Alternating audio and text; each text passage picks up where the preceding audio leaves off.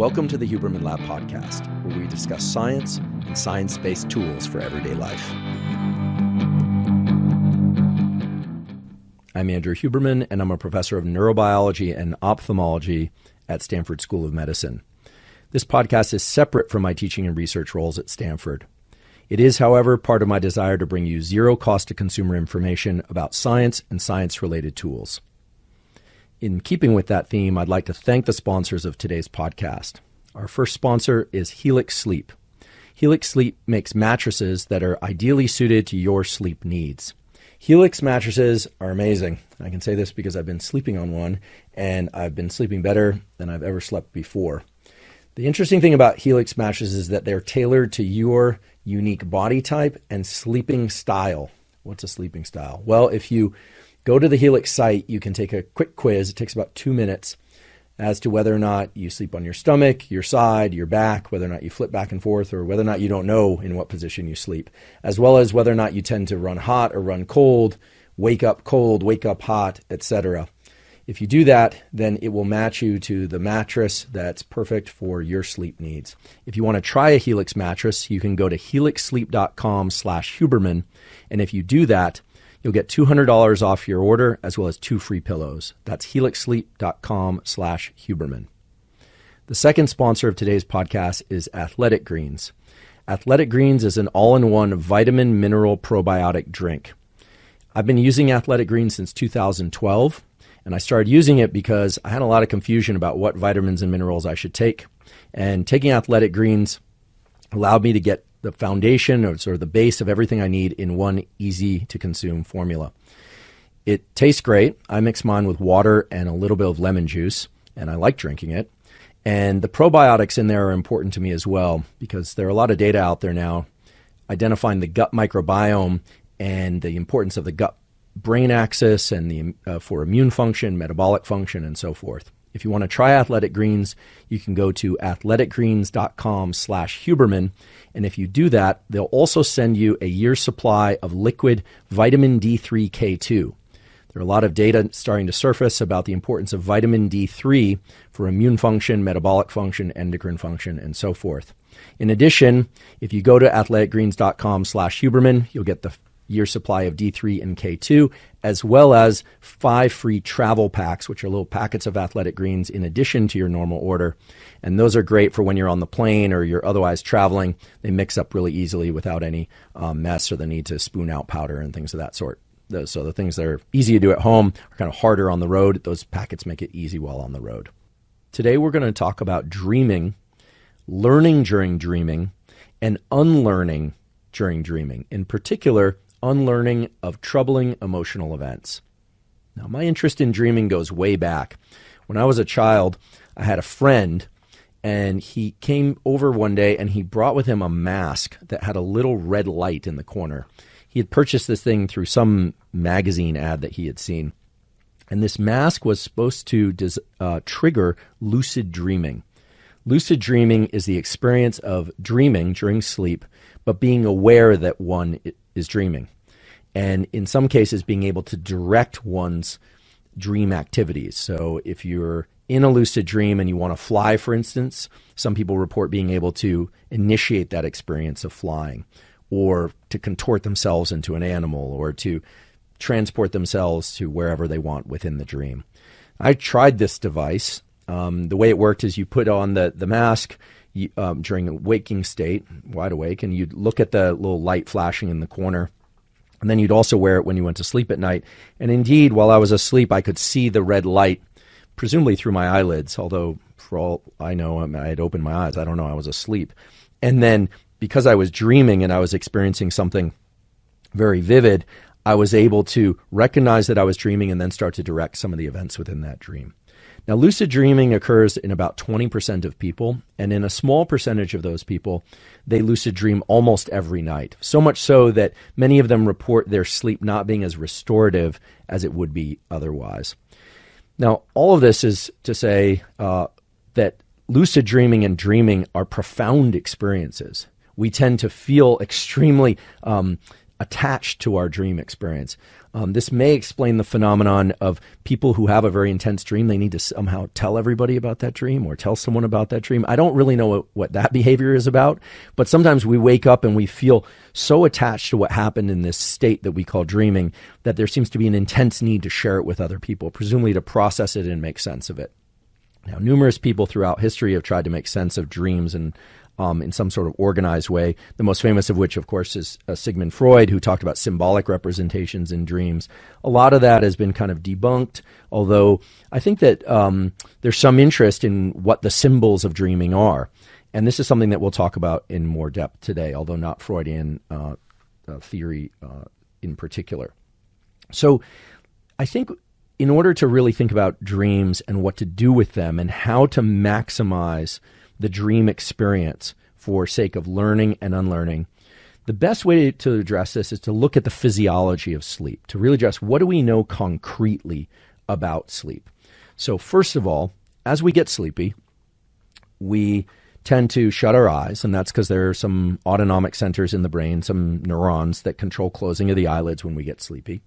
And then we transition into sleep. And sleep, regardless of how long we sleep, is generally broken up into a series of 90-minute cycles, these ultradian cycles. So early in the night, these 90-minute cycles tend to be comprised more of shallow sleep and slow wave sleep. So stage 1, stage 2, etc., and what we call slow wave sleep. I'll go into detail about what all this means in a moment. And we tend to have less so-called REM sleep, REM sleep, which stands for rapid eye movement sleep. And I'll talk about rapid eye movement sleep in detail. So early in the night, a lot more slow wave sleep and less REM. For every 90-minute cycle that we have during a night of sleep, we tend to start having more and more REM sleep. So more of that 90-minute cycle is comprised of REM sleep and less of slow wave sleep. Now, this is true regardless of whether or not you wake up in the middle of the night to use the restroom or your sleep is broken. The more sleep you're getting across the night, the more REM sleep you're going to have. And REM sleep and non-REM, as I'll refer to it, have distinctly different roles in learning and unlearning, and they are responsible for learning and unlearning of distinctly different types of information. And this has enormous implications for learning of motor skills, for unlearning of traumatic events, or for processing emotionally challenging as well as emotionally pleasing events. And as we'll see, one can actually leverage their daytime activities in order to access more slow wave sleep, or non-REM sleep as we'll call it, or more REM sleep, depending on your particular emotional and physical needs. So it's really a remarkable stage of life that we have a lot more control and power over than you might believe. We'll also talk about lucid dreaming. We're also going to talk about hallucinations and how drug-induced hallucinations have a surprising similarity to a lot of dream states, and yet some really important differences. Okay, so let's start by talking about slow wave sleep, or non-REM sleep. Now, I realize that slow wave sleep and non-REM sleep aren't exactly the same thing. So for you sleep aficionados out there, I am lumping right now. As we say in science, there are lumpers and there are splitters. And I am both. Sometimes I lump, sometimes I split. For sake of clarity and ease of conversation right now, I'm going to be a lumper. So when I say slow wave sleep, I mean non-REM sleep generally, although I acknowledge there is a distinction. Slow wave sleep. So slow wave sleep is characterized by a particular pattern of brain activity in which the brain is metabolically active, but that there's these big sweeping waves of activity that include a lot of the brain. If you want to look this up, there you can find evidence for sweeping of waves of neural activity across association cortex, across big swaths of the brainstem, the so-called pons geniculate occipital pathway. This is brainstem, thalamus, and then cortex, for those of you that are interested, although more of that is going to occur in REM sleep.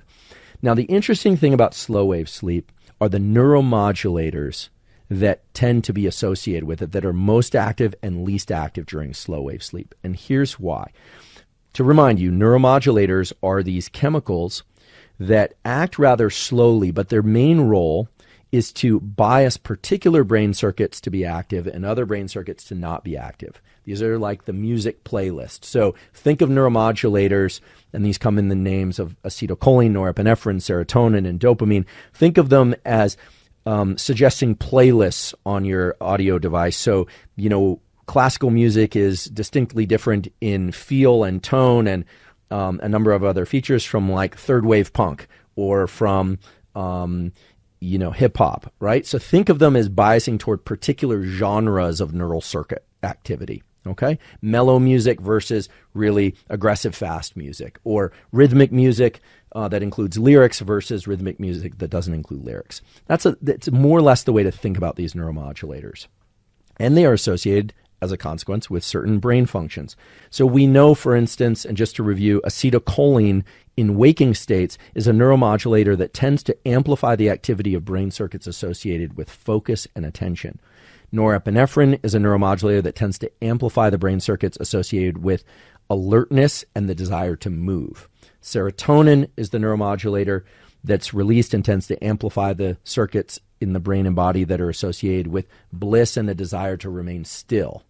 And dopamine is the neuromodulator that's released and is associated with amplification of the neural circuits in the brain and body associated with pursuing goals and pleasure and reward. Okay? So in slow wave sleep, something really interesting happens. There's essentially no acetylcholine. Acetylcholine production and release and action from the two major sites, which are in the brainstem, which from a nucleus, if it's a parabigeminal nucleus, if you really want to know, or from the forebrain, which is nucleus basalis. And you don't need to know these names, but if you like, that's why I put them out there. Acetylcholine production plummets. It's just almost to zero. And acetylcholine, as I just mentioned, is associated with focus. So you can think of slow wave sleep as these big sweeping waves of activity through the brain and a kind of distortion of space and time so that we're not really focusing on any one thing. Now, the other molecules that are very active at that time are norepinephrine, which is a little bit surprising because normally in waking states, norepinephrine is going to be associated with a lot of alertness and the desire to move. But there's not a ton of norepinephrine around in slow wave sleep, but it is around. So there's something associated with the movement circuitry going on in slow wave sleep. And remember, this is happening mostly at the beginning of the night. Your sleep is dominated by slow wave sleep. So no acetylcholine, very little norepinephrine, although there is some, and a lot of serotonin. And serotonin, again, is associated with this desire, the sensation of kind of bliss or well-being, but not a lot of movement. And during sleep, you tend not to move. Now, in slow wave sleep, you can move. You're not paralyzed, so you can roll over. If people are going to sleepwalk, typically it's going to be during slow wave sleep.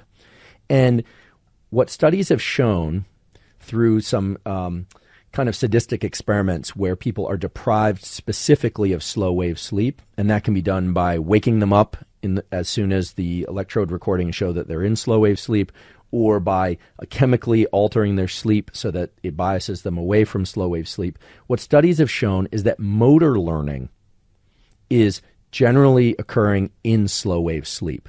So let's say the day before you go to sleep, you were learning some new dance move, or you were learning some specific motor skill, either a fine motor skill or a coarse motor skill. So let's say it's a new form of exercise or some new coordinated movements. This could be coordinated movement at the level of the fingers, or it could be coordinated movement at the level of the whole body and large limb movements.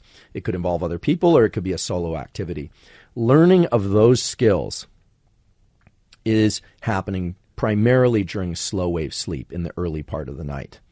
In addition, slow wave sleep has been shown to be important for the learning of detailed information. Now, this isn't always cognitive information. We're going to talk about cognitive information, but the studies that have been done along these lines involve having people learn very detailed information about very specific rules and the way that certain words are spelled. They tend to be challenging words. So if people are tested in terms of their performance on these types of exams and they're deprived of slow wave sleep, they tend to perform very poorly. So we can think of slow wave sleep as important for motor learning, motor skill learning, and for the learning of specific details about specific events. And this turns out to be fundamentally important because now we know that slow wave sleep is primarily in the early part of the night, and motor learning is occurring primarily early in the night, and detail learning is occurring early in the night. Now, for those of you that are waking up after only 3-4 hours of sleep, this might be informative. This might tell you a little something about what you are able to learn and not able to learn if that were to be the only sleep that you get, although hopefully that's not the only sleep that you get. But we're going to dive deep into how it is that one can maximize motor learning in order to extract, say, more detailed information about coordinated movements and how to make them faster or slower. So that might be important for certain sports. It might be almost certainly important for certain sports. It's going to be important for any kind of coordinated movement, like, say, learning to play the piano, or, for instance, how to learn synchronized movements with somebody else. So maybe I mentioned the example of dance earlier. If you like me, a few years ago, I set out to learn tango because I have some Argentine relatives, and I was abysmal. I need to return to that at some point. I was just abysmal, and one of the worst things about being abysmal at learning dance is that somebody else has to suffer the consequences also. So I don't know, maybe in the month on neuroplasticity, I'll explore that again as a self-experimentation. But the key things to know are slow wave sleep's involved in motor learning and detailed learning. There's no acetylcholine around at that time, has this big amplitude activity sweeping throughout the brain, and that there's the release of these neuromodulators, norepinephrine and serotonin. And again, that's all happening early in the night. So athletes, people that are concerned about performance, if you happen to wake up after just a couple hours of, 3-4 hours of sleep because you're excited about a competition the next day, presumably if you've already trained the skills that you need for the event, you should be fine to engage in that particular activity. Now, it's always going to be better to get a full night's sleep. And, a full night's sleep if for you is 6 hours, then it's always going to be better to get more sleep than it is to get less. However, I think some people get a little bit overly concerned that if they didn't get their full night's sleep before some sort of physical event, that their performance is going to plummet. Presumably, if you've already learned what you need to do and it's stored in your neural circuits and you know how to make those coordinated movements, what the literature on slow wave sleep suggests is that you would be replenished, that the motor learning and the recovery from exercise is going to happen early in the night. Okay? So we'll just pause there and kind of shelve that for a moment, and then we're going to come back to it. But I want to talk about REM sleep, or rapid eye movement sleep. REM sleep and rapid eye movement sleep, as I mentioned before, occurs throughout the night, but you're going to have more of it. A larger percentage of these 90-minute sleep cycles is going to be comprised of REM sleep as you get toward morning.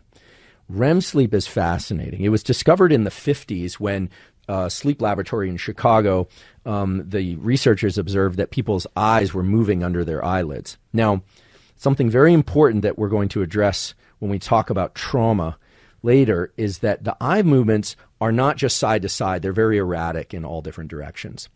One thing that I don't think anyone, I've never heard anyone really talk about publicly is why eye movements during sleep. Right? Eyes are closed, and sometimes people's eyelids will be a little bit open and their eyes are darting around, especially in little kids.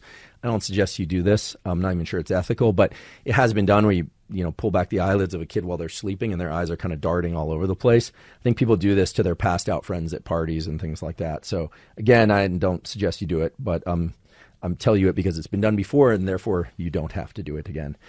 But rapid eye movement sleep is fascinating and occurs because there are connections between the brainstem, an area called the pons, and areas of the thalamus and the top of the brainstem that are involved in generating movements in different directions, sometimes called saccades, although sometimes during rapid eye movement sleep, it's not just rapid, it's kind of a jittery side-to-side thing, and then the eyeballs kind of roll. It's really pretty creepy to look at if you see. So what's happening there is the circuitry that is involved in conscious eye movements is kind of going haywire, but it's not haywire. It's these waves of activity from the brainstem up to the so-called thalamus, which is an area that filters sensory information, and then up to the cortex. And the cortex, of course, is involved in conscious perceptions. So in rapid eye movement sleep, there are a couple things that are happening besides rapid eye movements. The main ones are that they're in contrast to slow wave sleep, in REM sleep, serotonin is essentially absent. Okay, so this molecule, this neuromodulator that tends to create the feeling of bliss and well-being and just calm, placidity, is absent. All right, so that's interesting. In addition to that, norepinephrine, this molecule that's involved in movement and alertness, is absolutely absent. It's probably one of the few times in our life that epinephrine is essentially at zero activity within our system. And that has a number of very important implications for the sorts of dreaming that occur during REM sleep and the sorts of learning that can occur in REM sleep and unlearning. First of all, in REM sleep, we are paralyzed. We are experiencing what's called atonia, which just means that we're completely laid out and paralyzed. We also tend to experience whatever it is that we're dreaming about as a kind of hallucination or a hallucinatory activity. Long ago, I looked into hallucinations and dreaming. I was just fascinated by this in high school, and there's some great books on this if you're interested in exploring the relationship between hallucinations and dreaming. The most famous of which are from a guy, researcher at Harvard, Alan Hobson, wrote a book called Dream Drugstore and talked all about the similarities between drugs that induce hallucinations and dreaming in REM. So you can explore that if you like. So in REM, our eyes are moving, but the rest of our body is paralyzed, and we are hallucinating. There's no epinephrine around. Epinephrine doesn't just create a desire to move and alertness. It is also the chemical signature of fear and anxiety. It's what's released from our adrenal glands when we experience something that's fearful or alerting. So if a car suddenly screeches in front of us or we get a troubling text message, adrenaline is deployed into our system. Adrenaline is epinephrine. Those are equivalent molecules. And epinephrine isn't just released from our adrenals, it's also released within our brain. So there's this weird stage of our life that happens more toward morning that we call REM sleep, where we're hallucinating and having these outrageous experiences in our mind, but the chemical that's associated with fear and panic and anxiety is not available to us. And that turns out to be very important. And you can imagine why that's important. It's important because it allows us to experience things, both replay of things that did occur, as well as elaborate contortions of things that didn't occur. And it allows us to experience those in the absence of fear and anxiety. And that, it turns out, is very important for adjusting our emotional relationship to challenging things that happened to us while we were awake. Those challenging things can sometimes be in the form of social anxiety, or just having been working very hard, or concern about an upcoming event, or sometimes people report, for instance, dreams where they find themselves late to an exam, or naked in public, or in some sort of situation that would be very troubling to them. And that almost certainly occurs during REM sleep. So we have this incredible period of sleep in which our experience of emotionally laden events is dissociated. It's chemically blocked from us having the actual emotion. Now, probably immediately some of you are thinking, well, what about nightmares? I have nightmares and those carry a lot of emotion, or sometimes I'll wake up in a panic. Let's consider each of those two things separately because they are important in understanding REM sleep. There's a good chance that nightmares are occurring during slow wave sleep. There are actually some drugs that I don't suggest people take, in fact, so much so I'm not going to mention them, that give people very kind of scary or eerie dreams and this kind of feeling that things are pursuing them, or that they can't move when they are being chased. That's actually a common dream that I've had. I guess it's more or less a nightmare. The feeling that one is paralyzed and can't move and is being chased. A lot of people have said, oh, that must be in REM sleep because you're paralyzed, and so you're dreaming about being paralyzed and you can't move. I think that's probably false. The research says that because norepinephrine is absent during REM sleep, it's very unlikely that you can have these intense, fearful memories. So those are probably occurring in slow wave sleep. although there might be instances where people have nightmares in REM sleep. The other thing is some people experience, certainly I've had this experience, of waking up and feeling very stressed about whatever it was that I happened to be thinking about or dreaming about in the moments before. And that's an interesting case of an invasion of the dream state into the waking state. And the moment you wake up, epinephrine is available. So the research on this isn't fully crystallized, but most of it points in the direction of the experience of waking up and feeling very panicked. Maybe, I want to highlight but maybe that you were experiencing something that was troubling in the daytime. You're repeating that experience in your sleep. Epinephrine is not available, and therefore the brain circuits associated with fear and anxiety are shut off, and so you're able to process those events. And then suddenly you wake up, and there's a surge of adrenaline, of epinephrine, that's now coupled to that experience. So nightmares very likely in slow wave sleep, and that kind of panic on waking from something very likely to be an invasion of the thoughts and ideas, however distorted, in REM sleep, invading the waking state. In fact, that brings to mind something that I've mentioned once before, but I want to mention again. This atonia, this paralysis that we experience during sleep, can invade the waking state.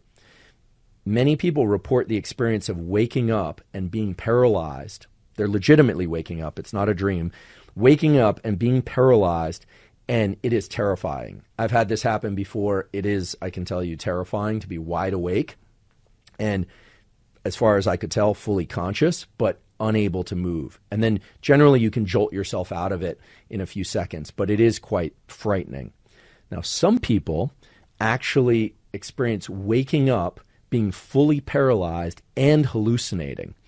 And there is a theory in the academic and scientific community, at least, that what people report as alien abductions have a certain number of core characteristics that map quite closely, eerily similarly, to these experiences. A lot of reports of alien abduction involve people being unable to move, seeing particular faces, hallucinating extensively, feeling like their body is floating or they were transported. This is very similar to the experience of invasion of atonia into the waking state, waking up and still being paralyzed, as well as the hallucinations that are characteristic of dreaming and REM sleep. Now, I'm not saying that people's alien abductions were not legitimate alien abductions. How could I? I wasn't there. And if I was there, I wouldn't tell you because that would make me an alien, and I wouldn't want you to know. But it is quite possible that people are experiencing these things and they are an invasion of the sleep state into the waking state. And they can last several minutes or longer. And because in dreams, space and time are distorted, our perception of these events could be that they lasted many hours, and we can really feel as if they lasted many hours, when in fact they took only moments. And we're going to return to distortion of space and time in a little bit. So to just recap where we've gone so far, slow wave sleep early in the night has been shown to be important for motor learning and for detail learning.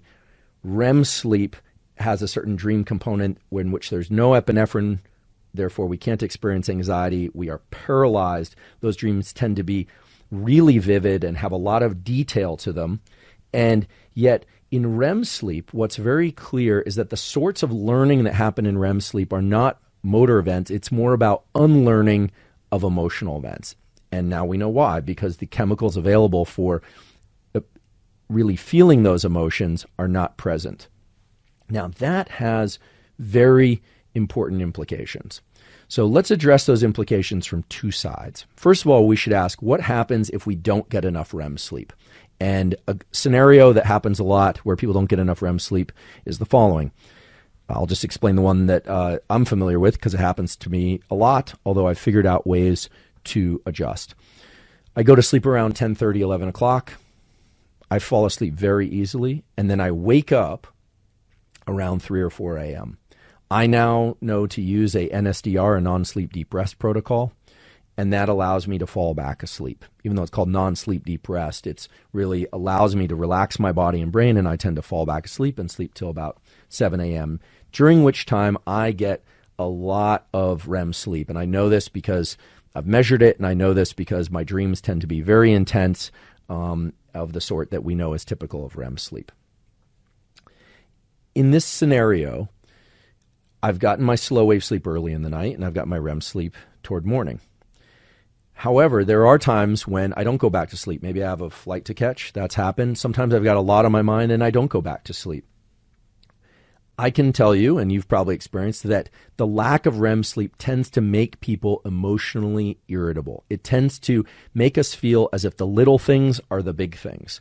So it's very clear from laboratory studies where people have been deprived selectively of REM sleep that our emotionality tends to get a little bit unhinged, and we tend to catastrophize small things. We tend to feel like the world is really daunting. We're never going to move forward in the ways that we want. We can't unlearn the emotional components of whatever it is that's been happening, even if it's not traumatic.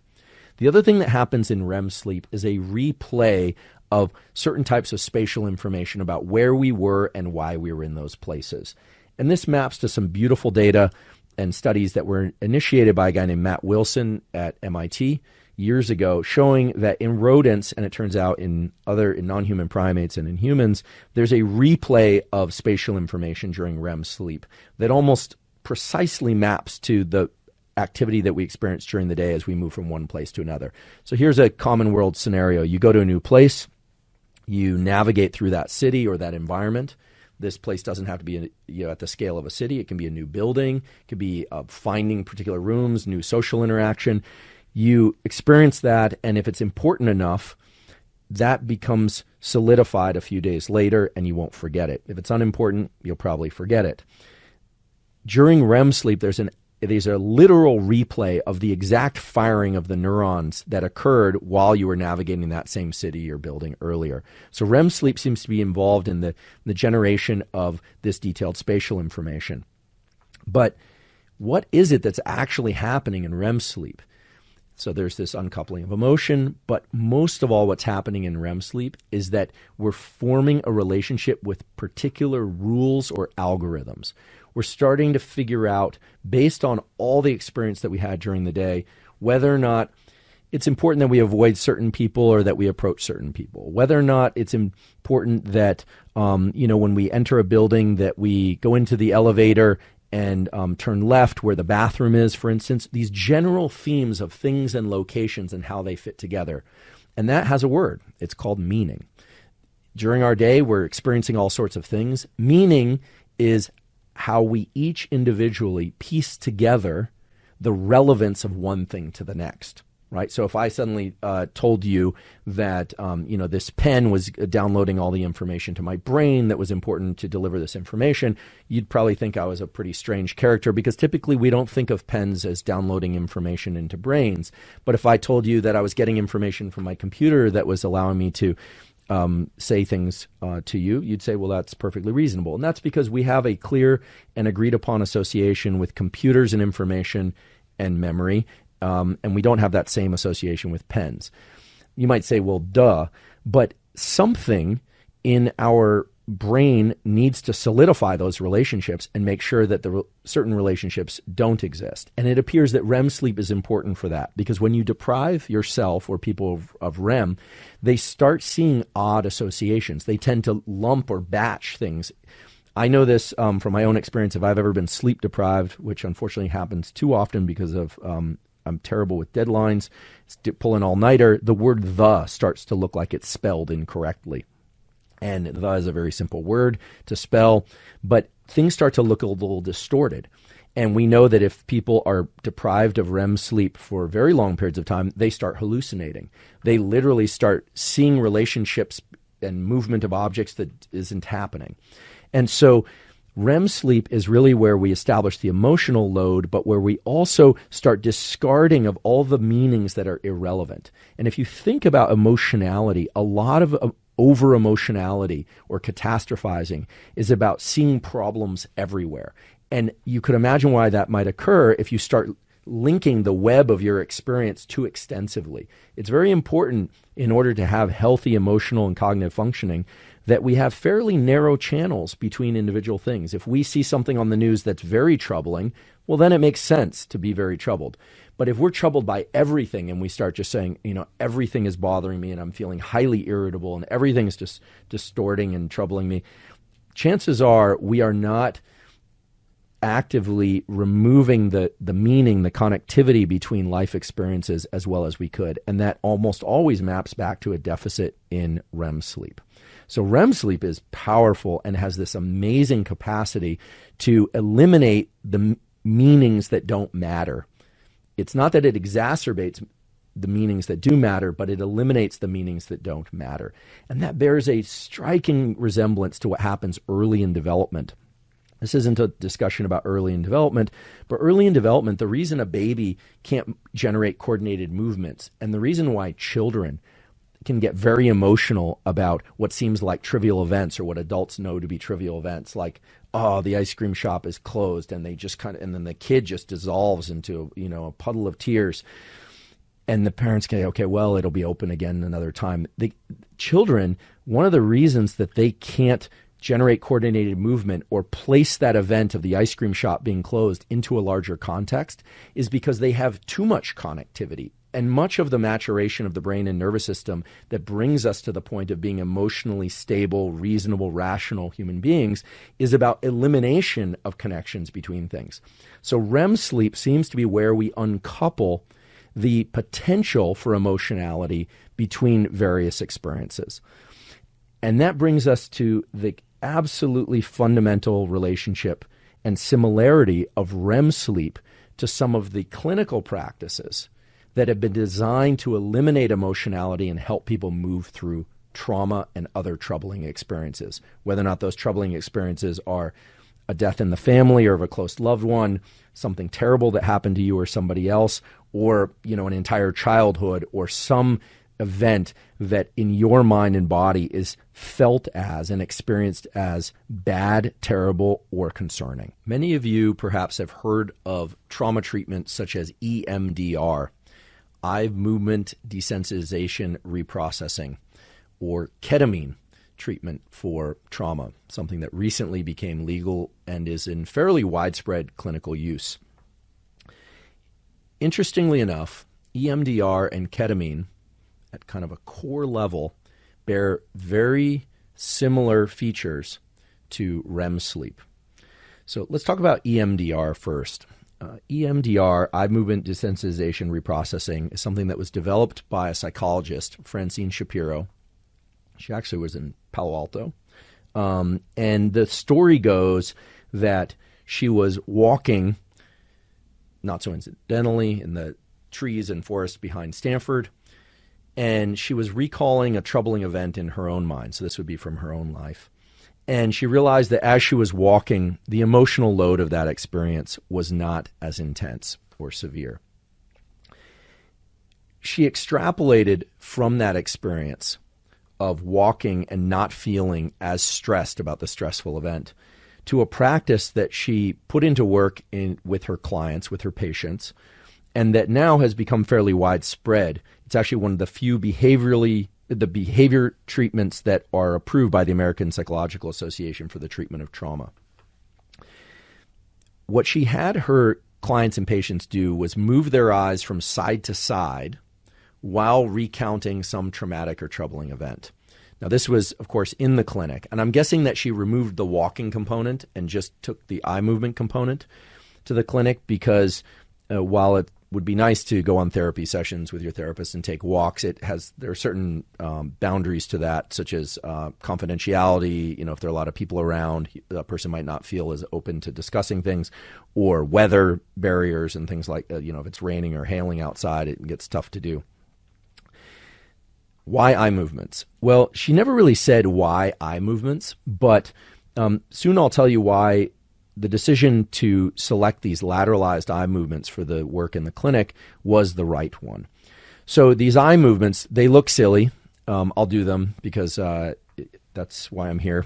They look silly, but they basically involve sitting in a chair and moving one's eyes from side to side, not while talking, but, for me, it's, and then recounting the event. So it's sometimes talking while moving the eyes, but usually it was moving the eyes from side to side for 30, 60 seconds, then describing this challenging procedure.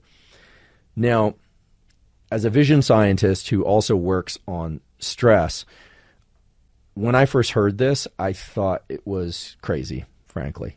People would ask me about EMDR, and I just thought, that's crazy. I went and looked up some of the theories about why EMDR might work, and there were a bunch of theories. Oh, it mimics the eye movements during REM sleep. That was one. Turns out that's not true, and I'll explain why. The other one was, oh, it synchronizes the activity on the two sides of the brain. Well, sort of. I mean, when you look into both sides of the binocular visual field, you activate the visual cortex. But this whole idea of synchrony between the two sides of the brain is something that I think modern neuroscience is starting to, let's just say, gently or not so gently move away from this whole right brain, left brain business. It turns out, however, that eye movements of the sort that I just did and that Francine Shapiro took from this walk experience and brought to her clients in the clinic are the sorts of eye movements that you generate whenever you're moving through space, when you are self-generating that movement. So not so much when you're driving a car, but certainly if you were riding a bicycle or you were walking or you were running, you don't realize it, but you have these reflexive subconscious eye movements that go from side to side. And they are associated with the motor system. So when you move forward, your eyes go like this. There have been a number of studies showing that these lateralized eye movements helped people move through or dissociate the emotional experience of particular traumas with those experiences, such that they could recall those experiences after the treatment and not feel stressed about them, or they didn't report them as traumatic any longer. Now, the success rate wasn't 100%, but they were statistically significant in a number of studies. And yet there are still some critics of EMDR, and frankly, for a long time, I still thought, well, I don't know, this just seems like kind of a hack. It just seems like kind of something that for which we don't know the mechanism and we can't explain. But in the last 5 years, there have been no fewer than 5, and there's a 6th on the way, high-quality, peer-reviewed manuscripts published in Journal of Neuroscience, Neuron, Cell Press Journal, excellent journal, Nature, excellent journal.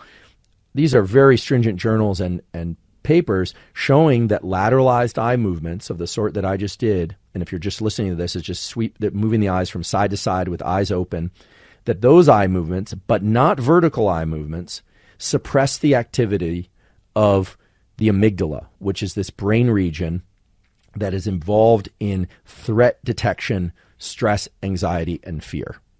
There are some forms of fear that are not amygdala dependent, but the amygdala, it's not a fear center, but it is critical for the fear response and for the experience of anxiety. So that's interesting. We've got a clinical tool now that indeed shows a lot of success in a good number of people, where eye movements from side to side are suppressing the amygdala, and the general theme is to use those eye movements to suppress the fear response and then to recount or repeat the experience, and over time uncouple the heavy emotional load, the sadness, the depression, the anxiety, the fear from whatever it was that happened that was traumatic.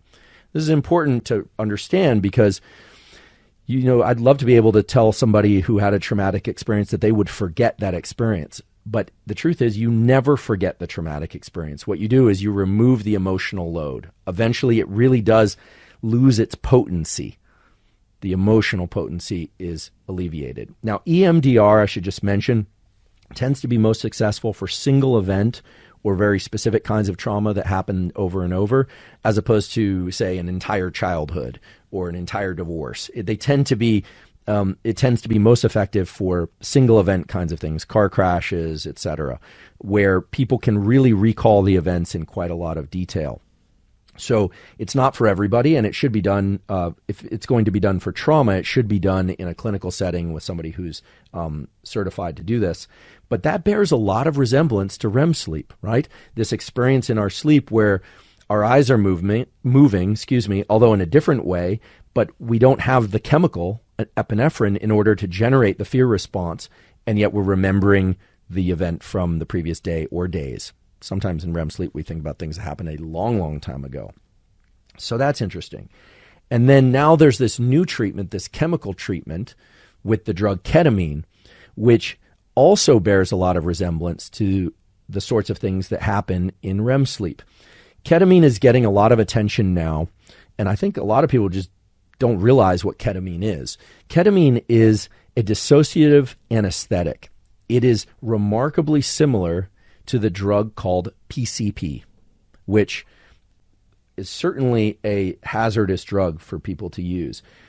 Ketamine and PCP both function to disrupt the activity of a particular receptor in the brain called the NMDA receptor, N-methyl D-aspartate receptor. This is a receptor that's in the surface of neurons or on the surface of neurons for which most of the time it's not active.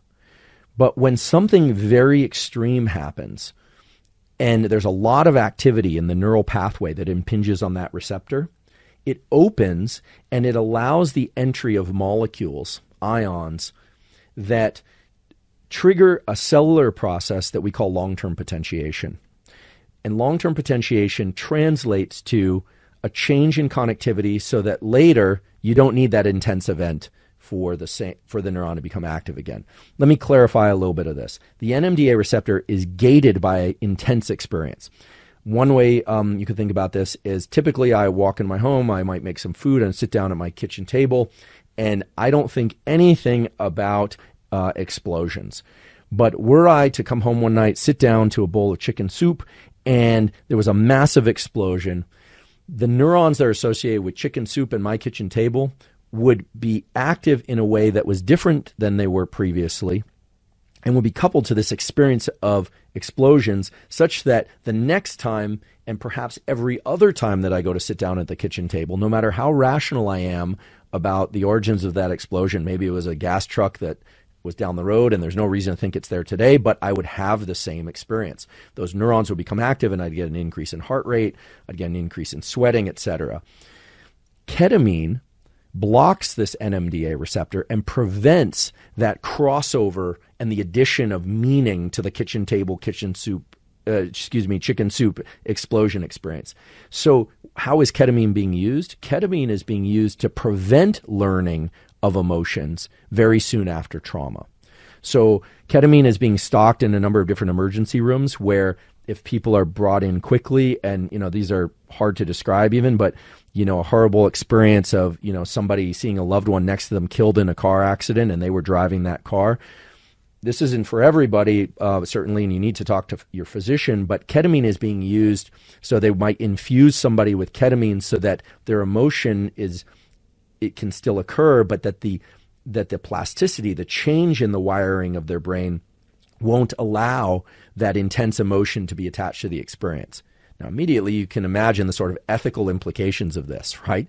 Because certain emotions need to be coupled to experiences. I'm not saying that people should be using ketamine or shouldn't be using ketamine, certainly not recreationally. It's quite dangerous. It can be lethal. And like PCP, it can cause pretty dramatic changes in perception and behavior. But in the clinical setting, the basis of ketamine-assisted therapies is really to remove emotion.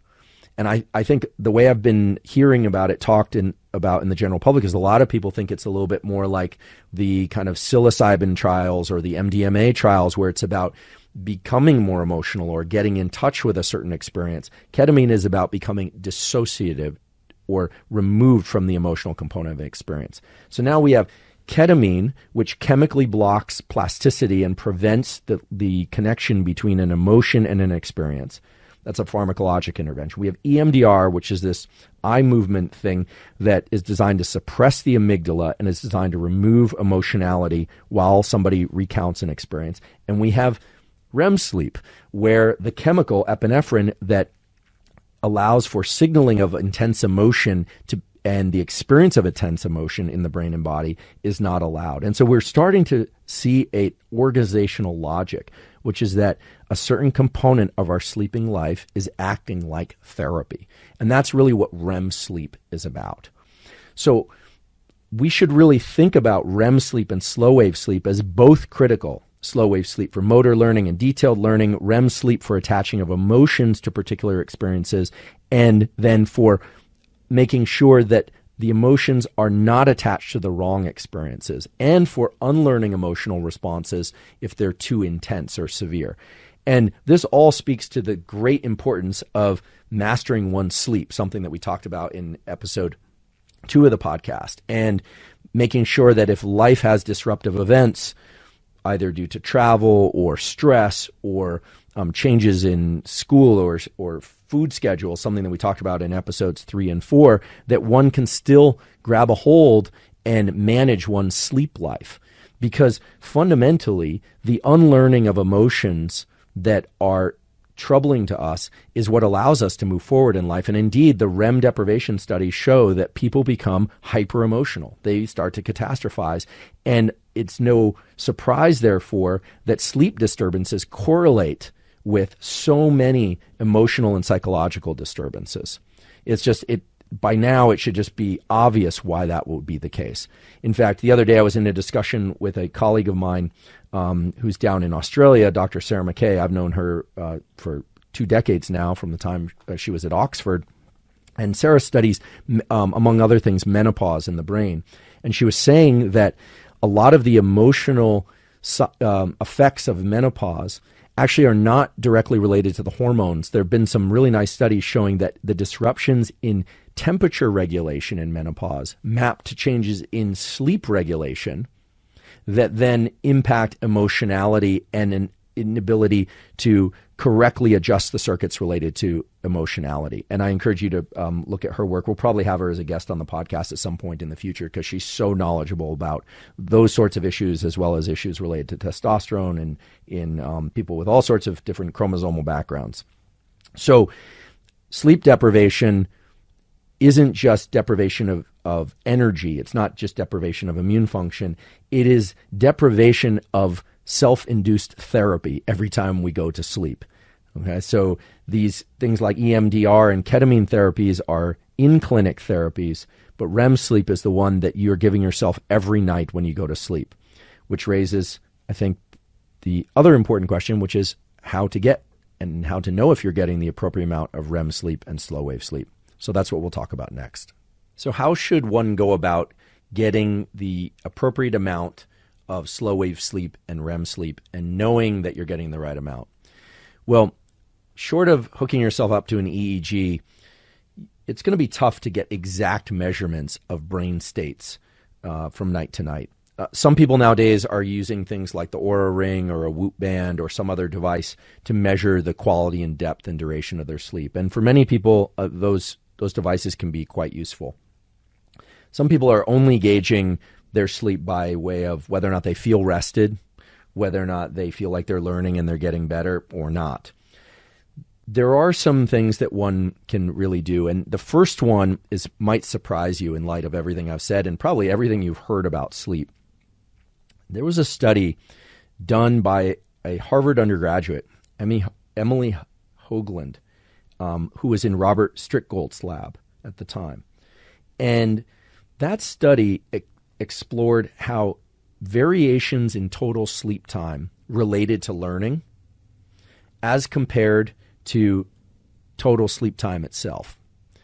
And to summarize the study, what they found was that it was more important to have a regular amount of sleep each night as opposed to the total duration. In other words, and what they showed was that improvements in learning or deficits in learning were more related to whether or not you got 6 hours, 6 hours, 5 hours, 6 hours. That was better than if somebody got, for instance, 6 hours, 10 hours, 7 hours, 4 or 5 hours. So you might say, well, that's crazy because I thought we're just all supposed to get more sleep and there's more REM towards morning. Turns out that for sake of learning new information and performance on exams in particular, that's what was measured, limiting the variation in the amount of your sleep is at least as important and perhaps more important than just getting more sleep overall. And I think this will bring people great relief, many people great relief, who are struggling to, quote unquote, get enough sleep. Remember, a few episodes ago, I talked about the difference between fatigue and insomnia. You know, fatigue tends to be when we are tired. Insomnia tends to lead to a sleepiness during the day when we're falling asleep. And you don't want that. You don't want either of those things, really. But I found it striking that the data from this study really point to the fact that consistently getting about the same amount of sleep is better than just getting more sleep. And I think nowadays so many people are just aiming for more sleep, and they're rather troubled about the fact that they're only getting 5 hours or they're only getting 6 hours in some cases.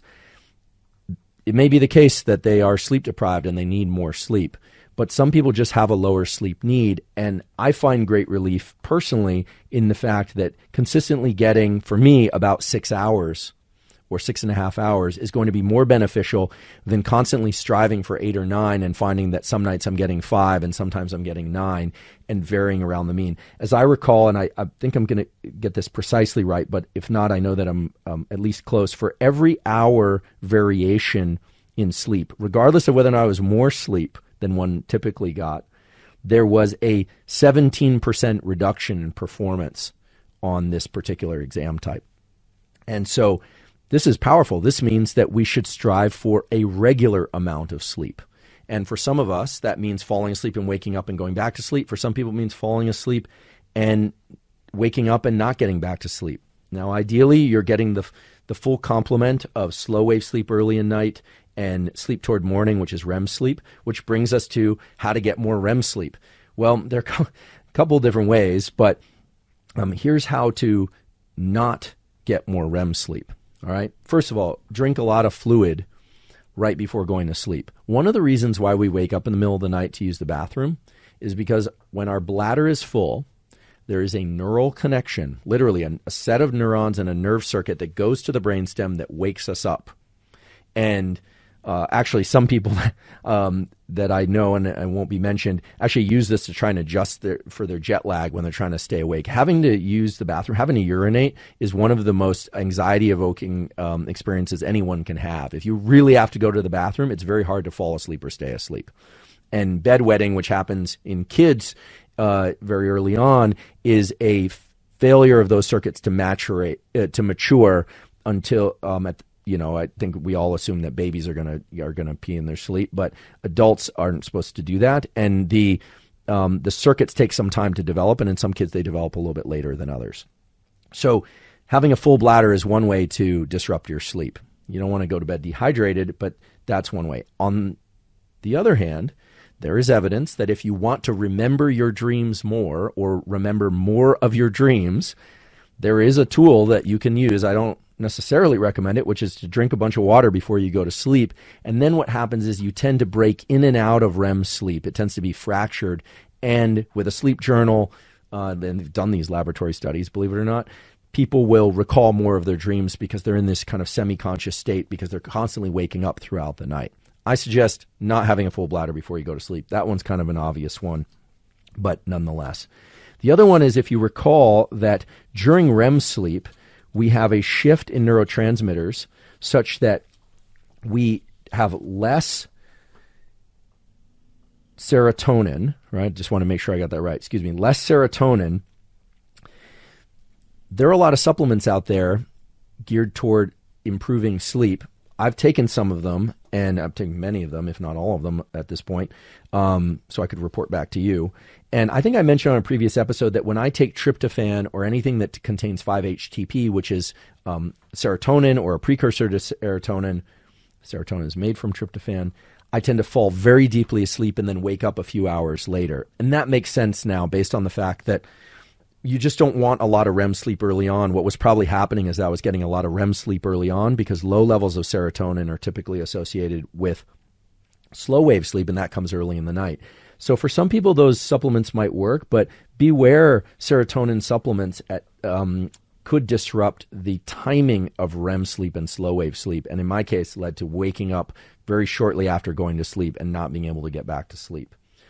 Now, if you want to increase your slow wave sleep, that's interesting. There are ways to do that. One of the most powerful ways to increase slow wave sleep, the percentage of slow wave sleep, apparently without any disruption to the other components of sleep and learning, is to engage in resistance exercise. It's pretty clear that resistance exercise triggers a number of metabolic and endocrine pathways that lend themselves to release of growth hormone, which happens early in the night. And resistance exercise, therefore, can induce a greater percentage of slow wave sleep. It doesn't have to be done very close to going to bedtime. In fact, for some people that the exercise could be disruptive for reasons I've talked about in previous episodes. But resistance exercise, unlike aerobic exercise, does seem to increase the amount of slow wave sleep, which, as we know, is involved in motor learning and the acquisition of fine detailed information, not general rules or the emotional components of experiences. For those of you that are interested in lucid dreaming and would like to increase the amount of lucid dreaming that you're experiencing, I haven't been able to track down that device with the red light that I described at the beginning, but there are a number of just simple zero technology tools that one could use in principle. One is to set a cue. The way this works is you come up with a simple statement about something that you'd like to see or experience later in dreams. You can, for instance, write down, something like, I want to remember the red apple. I know it sounds silly and trivial. And you look at that, you would probably want to write it down on a piece of paper. You might even want to draw a red apple. And then before you go to sleep, you would look at it, and then you would just go to sleep. There are some reports that doing that for several days in a row can lead to a situation in which you are suddenly in your dream and you remember the red apple, and that gives you a sort of tether to reality between the dream state and reality that allows you to navigate and shape and kind of adjust your dreams.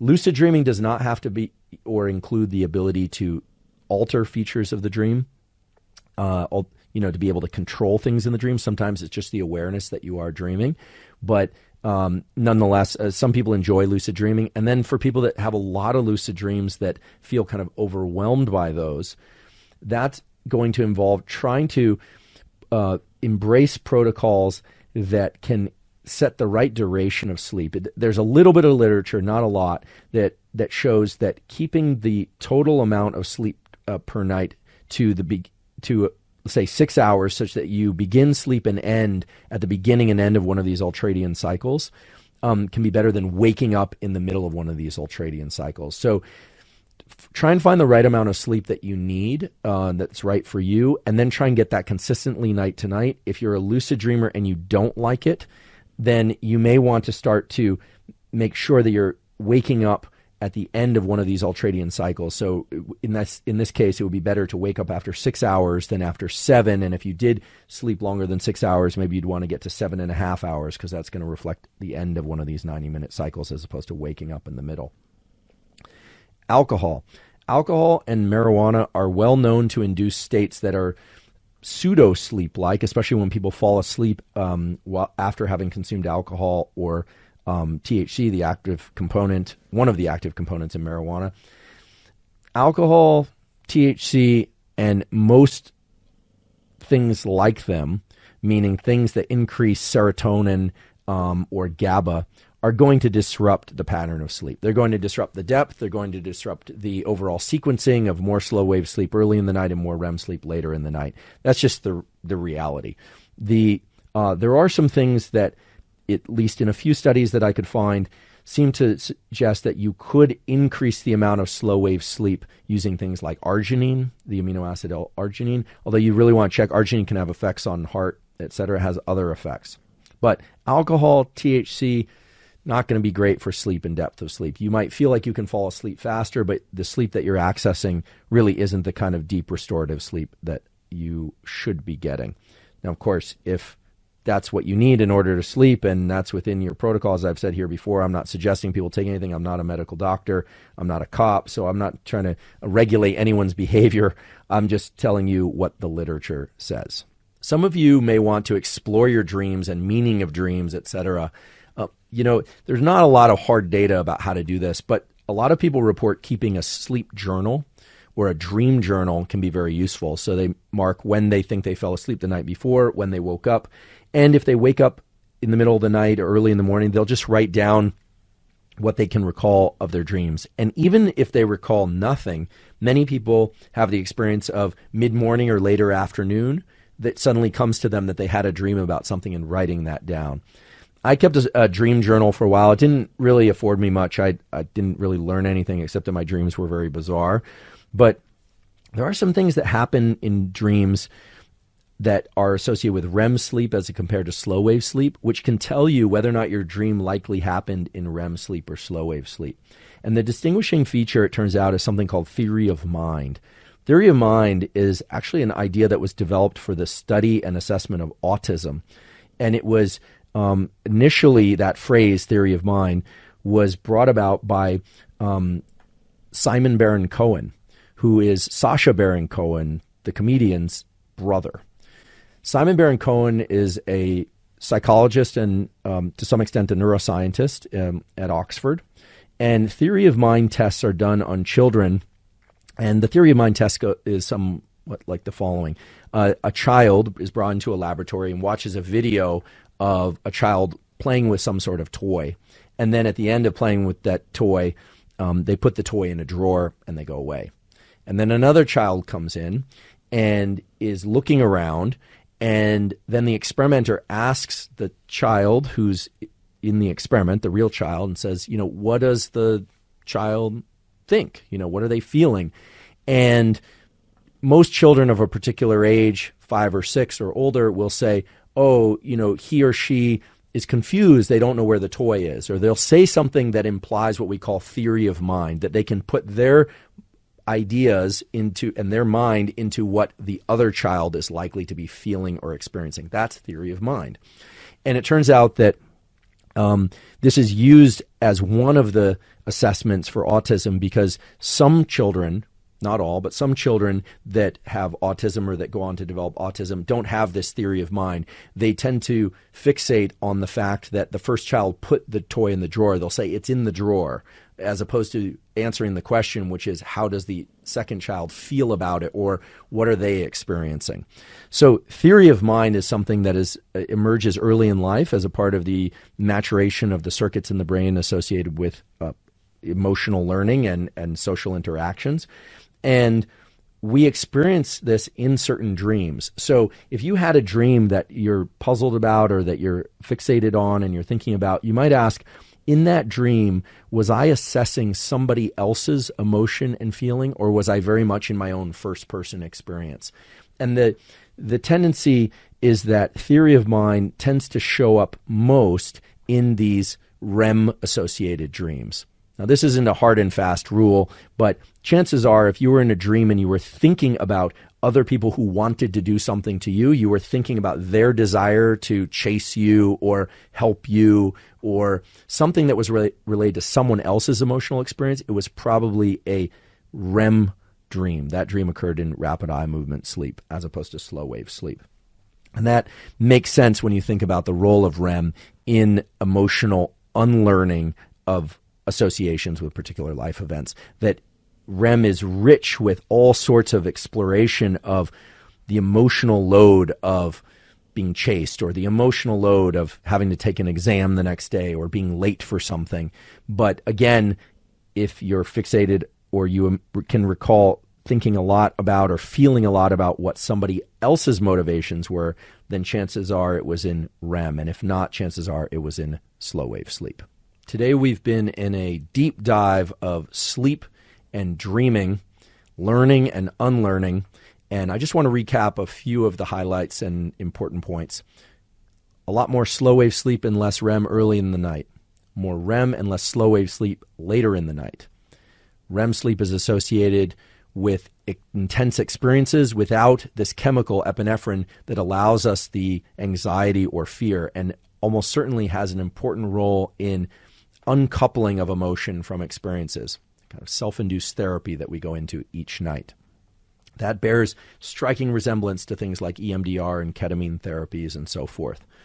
Slow wave sleep is critical, however.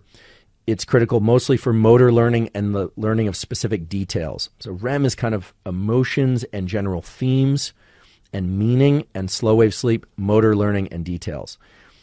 I personally find it fascinating that consistency of sleep, meaning getting 6 hours every night, is better than getting 10 one night, 8 the next, 5 the next, 4 the next. I find that fascinating, and I think I also like it because it's something I can control better than just trying to sleep more, which I think I'm not alone in agreeing that that's just hard for a lot of people to do. This episode also brings us to the conclusion of a 5-episode streak where we've been focusing on sleep and transitions in and out of sleep, non-sleep deep rest. We've talked about a lot of tools: morning light, evening light, avoiding lights, blue blockers, supplements, tools for measuring sleep duration and quality. We've been covering a lot of themes. I like to think that by now you're armed with a number of tools and information, things like knowing when your temperature minimum is, knowing when you might want to view light or not, when you might want to eat or take hot showers or, God forbid, a cold shower, something that most people, including me, more or less loathe, but can have certain benefits. And that will allow you to shape your sleep life and get this consistent or more or less consistent amount of sleep on a regular basis. Nobody's perfect. In fact, I have this little joke that I sometimes tell. It's not funny, like most of the jokes I tell, I'm told, are not funny, but there's so much excitement now about intermittent fasting. Sometimes I think that someone should start something on intermittent sleep deprivation, although we're already doing that. We are all experiencing lack of sleep from time to time, and I don't think we should catastrophize that too much. I think that what we want to do, rather than accumulate a sleep anxiety, is to, if we get a bad night's sleep, we want to adjust, we want to get back on track and just get the consistent amount of sleep. Use those non-sleep deep rest protocols to help us relax when we're feeling anxious or we're having trouble waking up in the middle of the night. There are a lot of tools out there, and most of them are zero cost. And so I hope you'll find those beneficial. If you've been hearing Costello snoring throughout this episode, I apologize on his behalf. As I said in the welcome video to this podcast, he's an integral part of the podcast. A few people have said, hey, that noise in the background is really disruptive. Hey, what can I say? Costello is a 10-year-old bulldog mastiff. The lifespan on those animals is about 10 years. So I'm not trying to make you feel guilty, but after he's gone, there won't be any snoring, although I'll probably get a different dog. So sort of what would the kids say? Sorry, not sorry. Sorry, not sorry about the snoring. And I'm sorry if it's disruptive, genuinely, but he's here for the haul. So that's what that's about. As we close out this segment on sleep, we are moving into a new theme and topic for the next 4 to 5 episodes. We are going to discuss the science and the tools related to neuroplasticity. Neuroplasticity is a remarkable feature of the nervous system.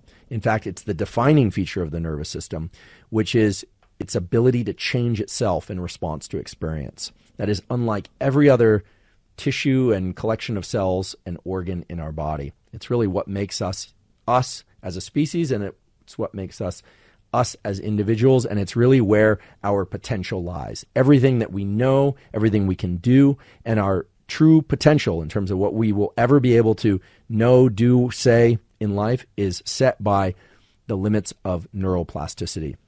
So we're going to explore learning in childhood, learning in adulthood. We're going to discuss detailed protocols as they relate to sensory plasticity, learning new sensory information, versus motor plasticity or sensory motor integration. We're going to talk about language acquisition. We're going to be talking about emotional acquisition and breadth, as well as, I think, a topic a lot of people are going to find fascinating is the relationship between plasticity set during childhood attachment to parent or other caregiver and how that maps onto adult relationships. There's many of you have probably heard about secure attached or insecure attached, the A, B, and C babies, as they're called, from the classic studies of Bowlby and others.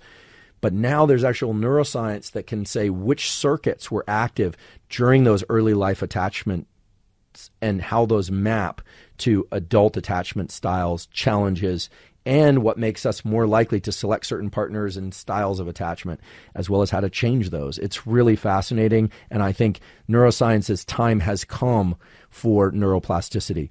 We're also going to talk, of course, about supplements and chemicals and machines and devices that can assist in speeding up the plasticity process.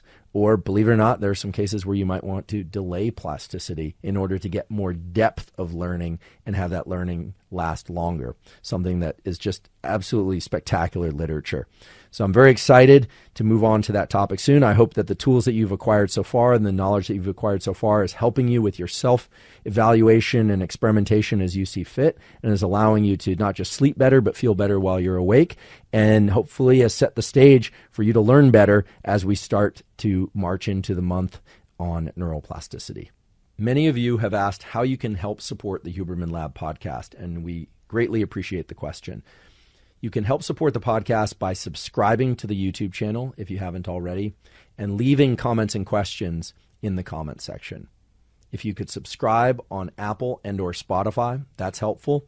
And there's a place on Apple Podcasts to leave a rating as well as comments about how you feel about the podcast. If you could suggest the podcast to friends and coworkers and anyone else that you think would benefit from the information, that also really helps us get the word out. And of course, check out our sponsors, because that's a very direct way to help us continue to get this information out to the general public. Many of you have asked about supplements and where I personally get my supplements. I've partnered with Thorne, and I get my supplements from Thorne because, by my view, they have the highest level of stringency and precision in terms of what's in the bottle. And they also have very, very high quality standards. They're partnered with the Mayo Clinic and all the major sports organizations. If you want to try Thorne supplements, you can go to thorne.com. So that's Thorne spelled THORNE.com/U/Huberman. And if you do that, you can see the formulations that I take, and you'll also get 20% off, not just those formulations, but anything that Thorne makes. That's thorne.com/U/Huberman to get 20% off anything that they provide. Last but not least, a few people wrote to me with some questions/corrections about things that I said in previous podcasts. So in keeping with my goal of making the information accurate and clear, I just want to correct myself about a few things that I said.